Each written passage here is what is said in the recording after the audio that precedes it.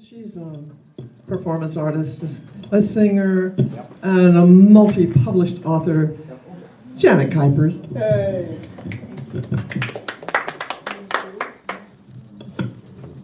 Thank you very much. Hello. I'm so excited. It's getting cooler. I can wear layers. How exciting is that? You have no idea how much that thrills me. Sorry. Hi. Yes, I do work with Scars Publications just because I don't like the mic on the front and published literary magazines, but just recently they published in the chapter 18, 28, 38, 48 series poetry from Missouri performance art shows of mine in the past. This is chapter 48, volume 1. They are all things in Chicago, which is why there's a Chicago picture there. It shows from 2009 to 2011.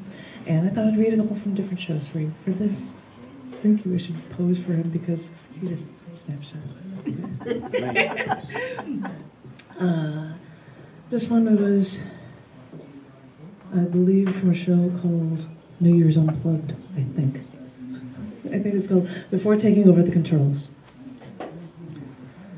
One of the times I went to D.C., I was taking my friend there to see the town because this 5'6" woman was about to go into surgery for removing a cyst on one of her ovaries, the size of a softball.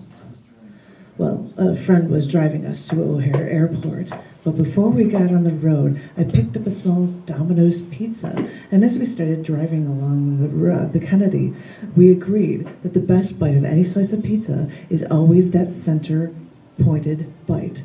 So we agreed, right then and there, to eat all of the center bites of all of the triangles of pizza before we went on to eat more pizza before our flight. And, you know, another time I was flying to New Orleans on a business trip with a coworker who was scheduled to fly with me.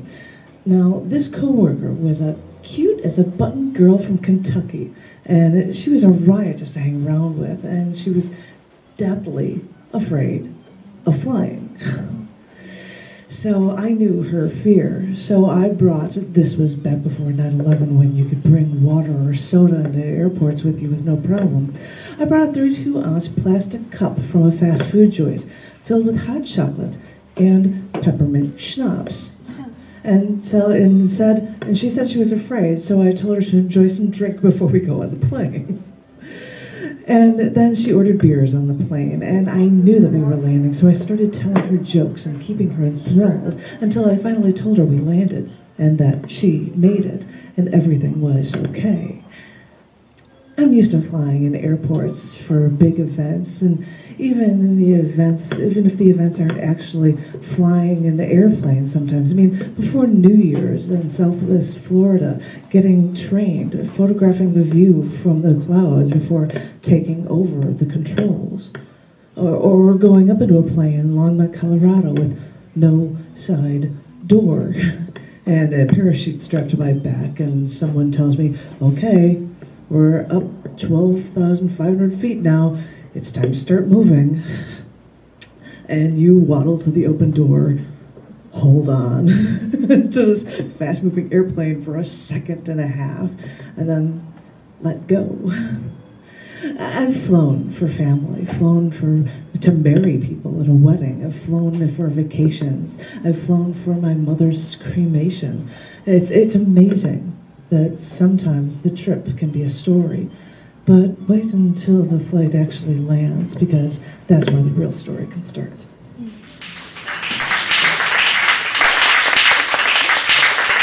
I haven't read that one since then, that's a long time ago.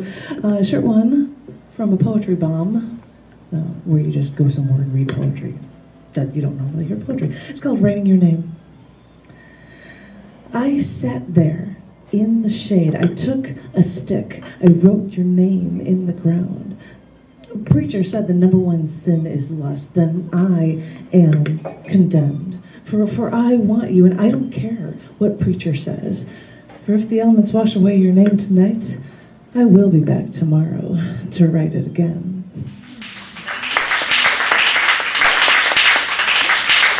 I from that poetry bomb that year, and because Scars Publications is the name of the thing that does these things, I decided to do a piece This is called Scars 1997.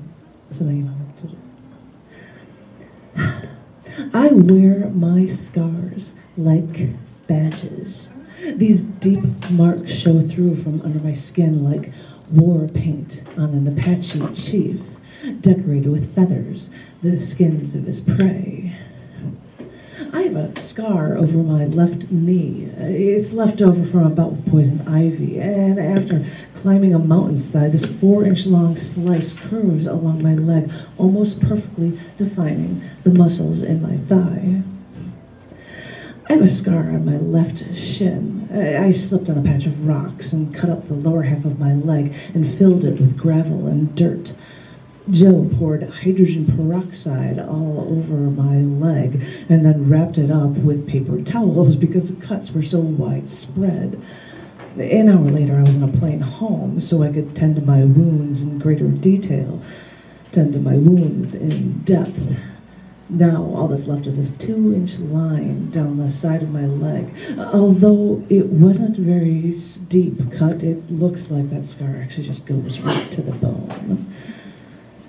I was circular scar on my left calf, trying to bring up a motorcycle and sliding my leg on the skin like exhaust pipe. It has been 7 years since I gained that scar, and with each year I see it fade away just a little. I can still see it, but the memory is slowly slipping away.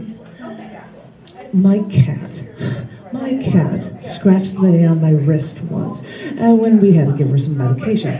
Now, cats don't like taking pills or having ointment dabbed or liquid poured over their wounds.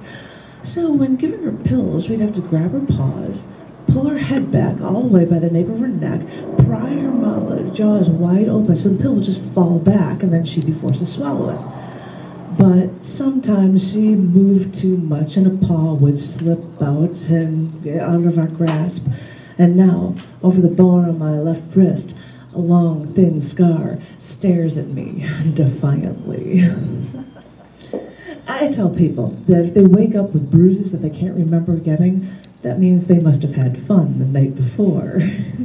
But each marking, each scar is a story. It is a memory. It is a way to remember how you lived. And with these marks, that is how I gauge my living. It is with these marks that I feel decorated. Thank you.